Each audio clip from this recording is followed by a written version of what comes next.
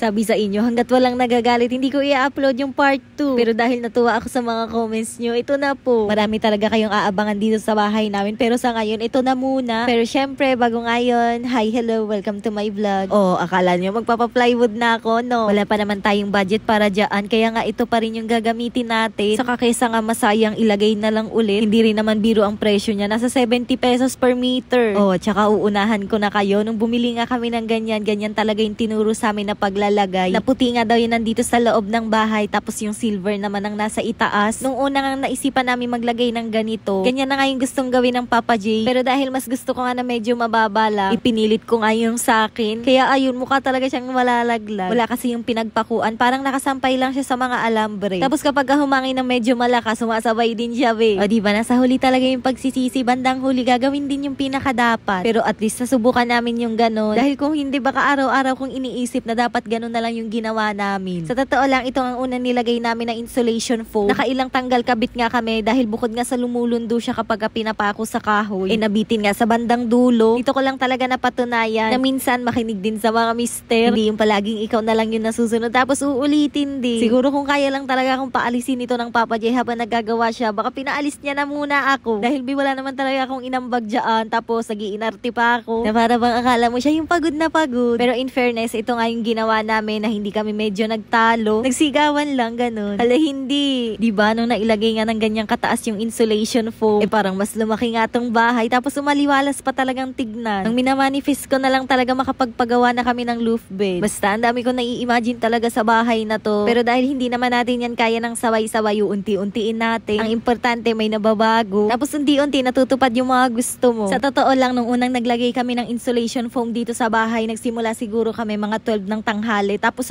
kami mga 10 na ng gabi. Pero ito, saglit lang namin ginawa. Tapos may reason din kasi talaga kung bakit inayos namin yung insulation foam na kisame namin. Dahil yung ginagamit nga namin na ilaw dito sa bahay parang mapupundi na. Kaya nga sabi ko sa Papa J, ayusin na namin para nga makapaglagay kami ng lagayan ng ilaw, yung may switch na. Pero dahil okay pa naman yung ilaw namin dito sa bahay, gumagana pa naman siya, kaya nga ikakabit pa rin natin. Nagugupit-gupit nga lang pala kami ng floor mat para nga pang-lock dito sa insulation foam kaysa nga dun sa tansan. Tapos alam nyo ba, nung tinanggal nga namin tong insulation foam dito sa bahay, Diyos ko, nun lang talaga namin napagtanto na kahit papano laking tulong din talaga ng may ganito dahil grabe ang init. Kaya naman sa mga katulad namin na ganito yung bubong tapos wala pang budget pang pakisame, ganito na muna yung gawin nyo. Basta wag lang masyadong nakadikit sa yero, nakakatulong siya, be. O diba, pag ganun-ganun lang, matatapos na kami agad. Siguro kung susumahin, inabot din kami ng 3 hours. Aba, kung i-compare nung nakaraan, mas okay na nga yun. Dahil nung nakaraan, munti ka na mag 12 hours. Ayan, kahit papano, hindi na siya mukhang malalaglag, be. Tapos alam mo yun, ang sarap ng huminga kasi nga medyo maluwag na. Yung ilaw na gamit namin dito sa bahay, ganyan lang talaga yan. Tapos tinatalian lang namin ng cable wire. Tapos yung pinakasaksakan yan, tinago na nga lang ng Papa J dun sa ibabaw ng insulation foam para nga hindi kita. O diba, kung ikukumpara mo sa dati, mas okay siya ngayon. Hindi na siya mukhang malalaglag. Yun nga lang, marami pa talagang kailangan i-makeover dito sa bahay. O siya, kung akala nyo tapos na, hindi pa, be. Meron pa yung paglilinis dito sa bahay dahil grabe ang kalat. Pero syempre sa next mini vlog na yan, kaya naman alam nyo na, i-upload ko na lang kapag gagalit na kayo ulit. Hala, hindi.